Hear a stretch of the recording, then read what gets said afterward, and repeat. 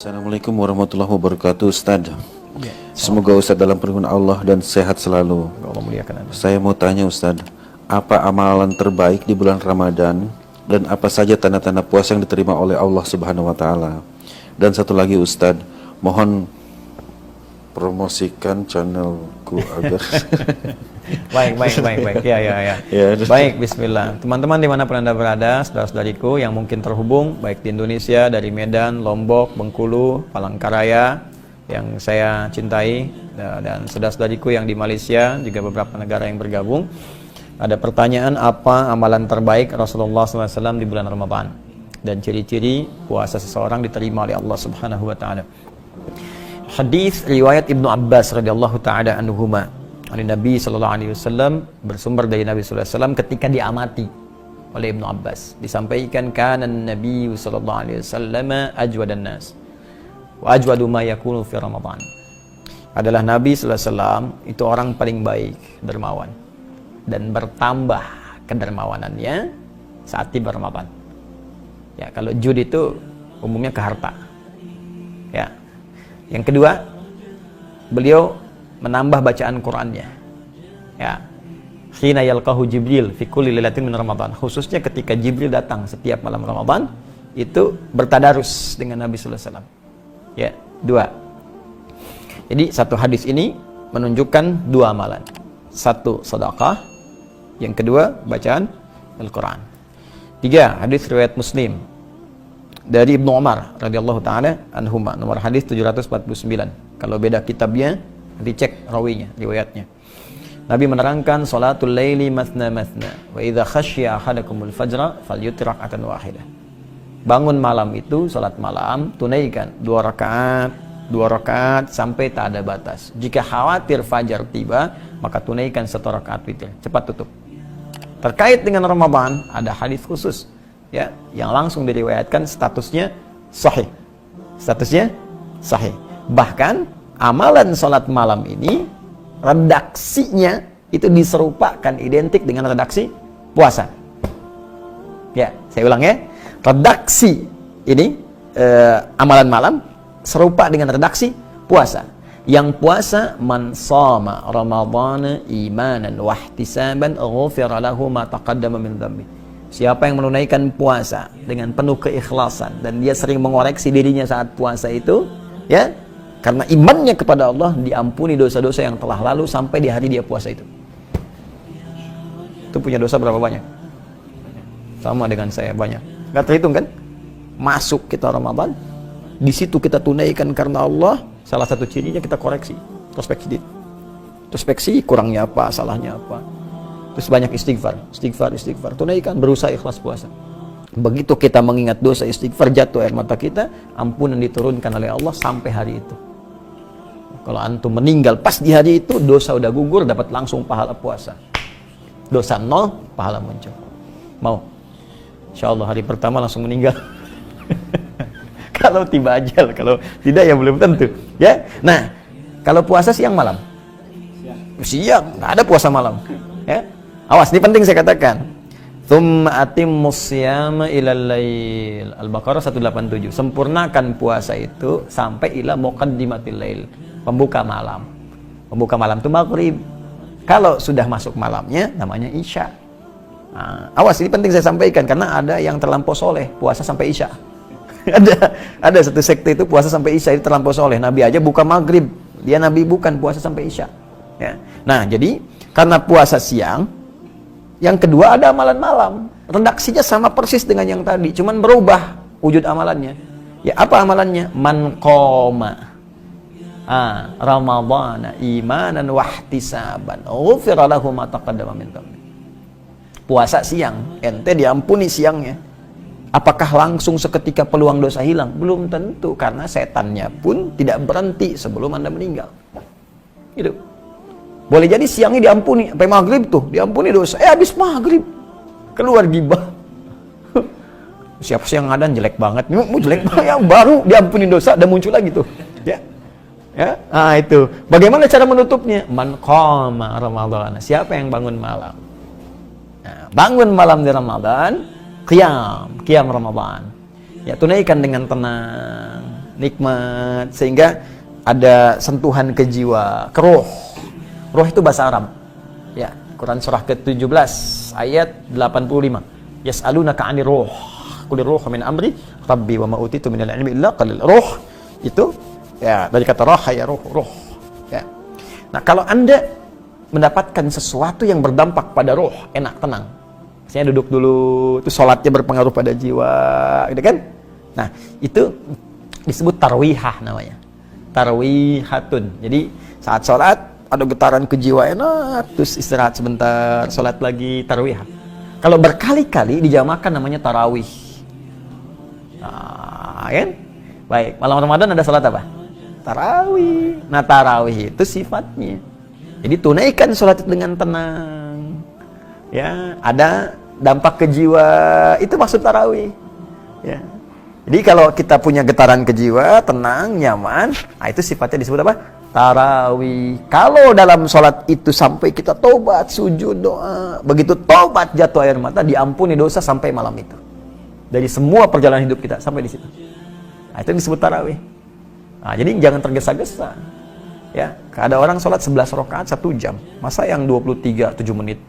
Allahu Akbar, Allahu Akbar, Allahu Akbar. Nah, itu ya. Nah, jadi walaupun secara fikih mungkin bisa benar, tapi nilai tarawihnya bisa hilang.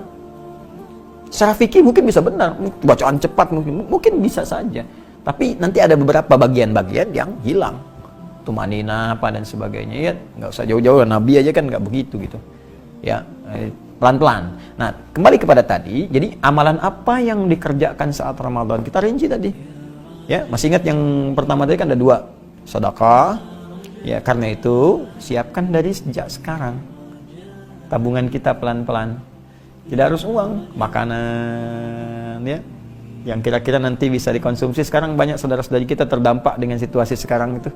Yang kekurangan makanan, berbagi, terapkan. Kita bikin program yang amin itu, Ansar Muhajirin itu ya.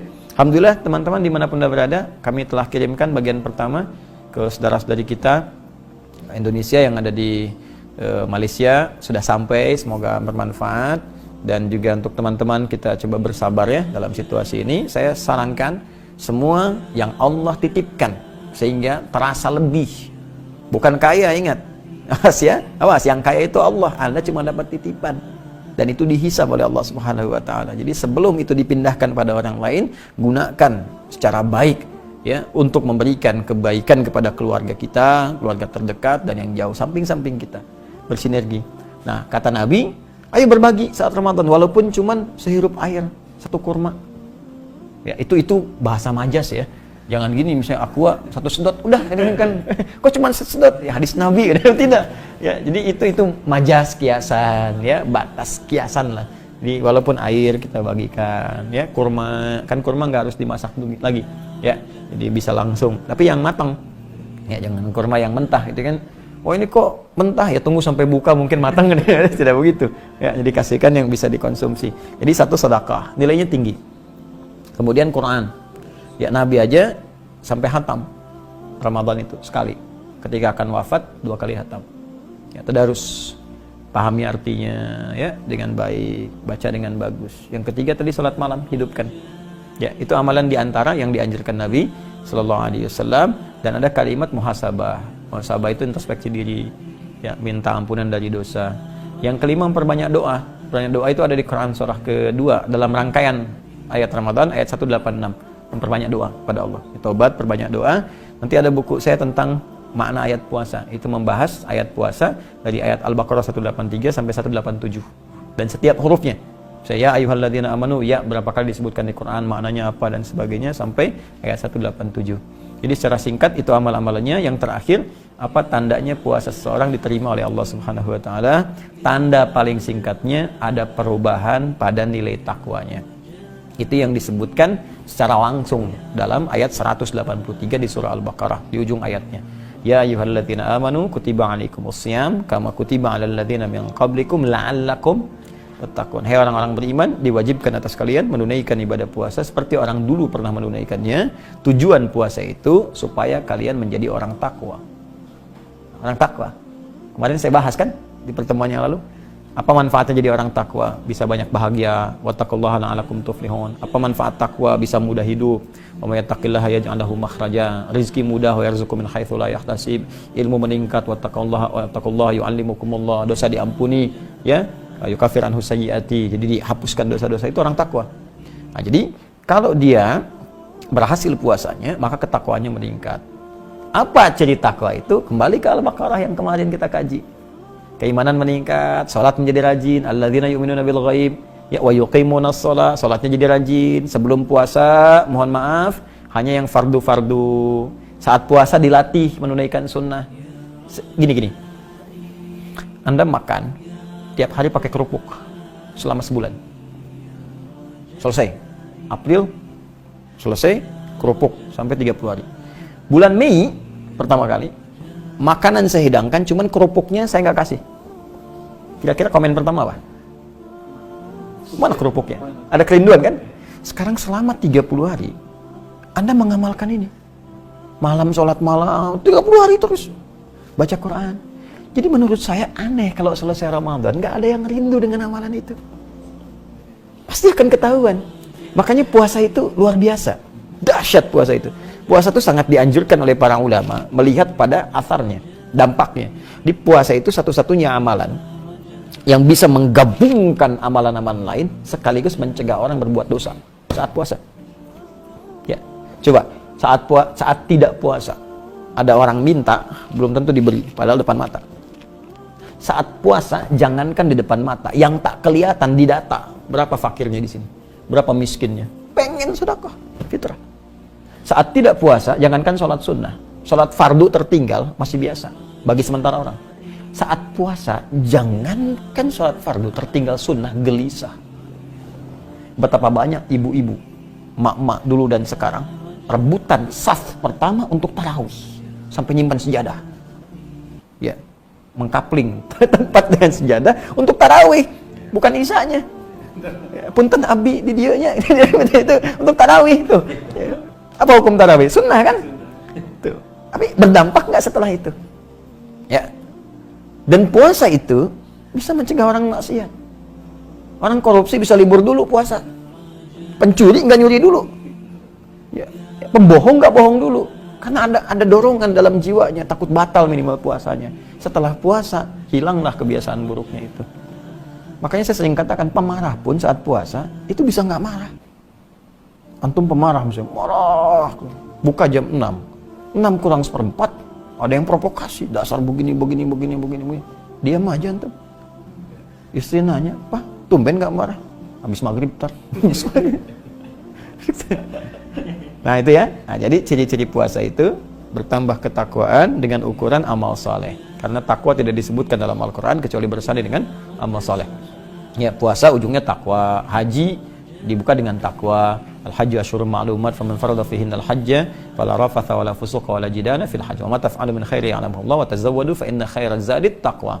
Al-Baqarah 197. Salat takwa, haji takwa, umrah takwa, puasa takwa. Jadi orang takwa itu cirinya melekat pada amal salehnya. Ya. Allah taala adam.